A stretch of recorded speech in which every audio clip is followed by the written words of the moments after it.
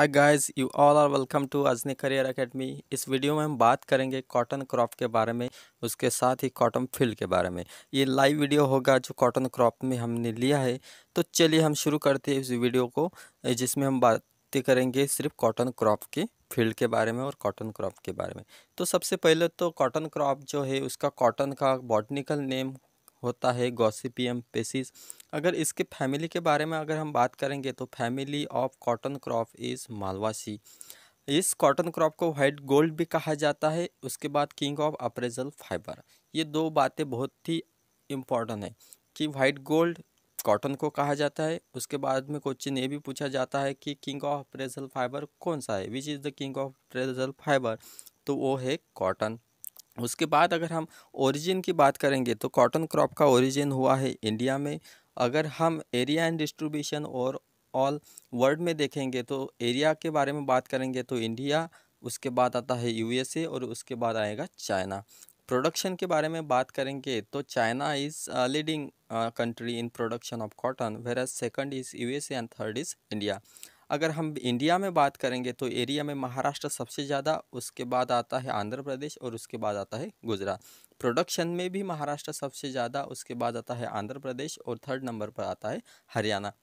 अगर हम cotton crop के बारे में बात करेंगे तो उसमें टू टाइप ऑफ ब्रांचेस होते हैं। एक होता है मोनोपोडियल ब्रांच और दूसरा होता है सिम्पोडियल ब्रांच। मोनोपोडियल ब्रांच का मतलब होता है auxiliary bird known as vegetative branches. उसके बाद sympodial, these are reproductive branches.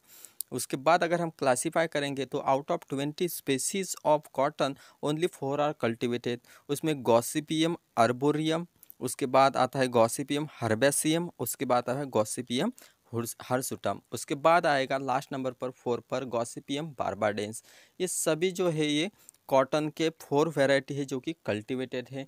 In India अगर हम बात करेंगे तो सबसे ज़्यादा हाइब्रिड कॉटन 40% एरिया पर किया जाता है। उसके बाद Gossypium hirsutum 36% area, Gossypium arboreum 16% area, Gossypium herbaceum 8% area और गॉसिपियम बारबाडेन ओनली 0.2% एरिया। अगर वैरायटी की बात करेंगे तो number of varieties are available like Lohit, Veernar, Digvijay, Sanjeev, Ganga Sagar, Savita, Sujata. Egyptian cotton के अगर बात करेंगे तो सुजाता MCU5। उसके बाद H4 जो कि हाइब्रिड वैरायटी है, first commercially hybrid variety of cotton है। उसके बाद Varalakshmi first inter Pacific hybrid है, मारू विकास है, उसके बाद सविता सूर्या है, धनलक्ष्मी, ये सभी कॉटन के वैरायटी है। उसके बाद अगर हम बात करेंगे तो देसी कॉटन जो होता है उनका सीड रेट लगभग 10 से 18 किलोग्राम तक होता है। अमेरिकन कॉटन का 15 से 25 किलोग्राम तक सीड रेट लगेगा। उसके बाद हाइब्रिड कॉटन के लिए 2 to 3 किलोग्राम सीड लगेगा। अगर हम बात करेंगे ऑप्टिमम पॉपुलेशन ऑफ कॉटन तो 50,000 से लेकर 80,000 तक का आपका पॉपुलेशन होना चाहिए। अगर बीटी कॉटन के बारे में बात करेंगे तो उसका सीड रेट है 1 to 1.5 किलोग्राम पर हेक्टर। अगर ऑप्टिमम पॉपुलेशन अगर देखेंगे तो बीटी कॉटन के सिर्फ 10,000 प्लांट पर हेक्टर होने चाहिए।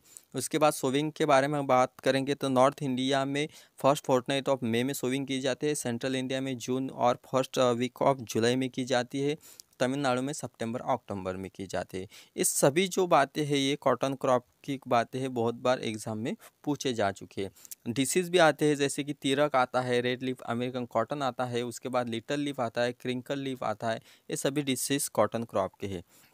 अगर हम बात करेंगे कॉटन क्रॉप के बारे में और तो उसमें हमको एक बात पता चलती है कि lint percentage of cotton is 33%।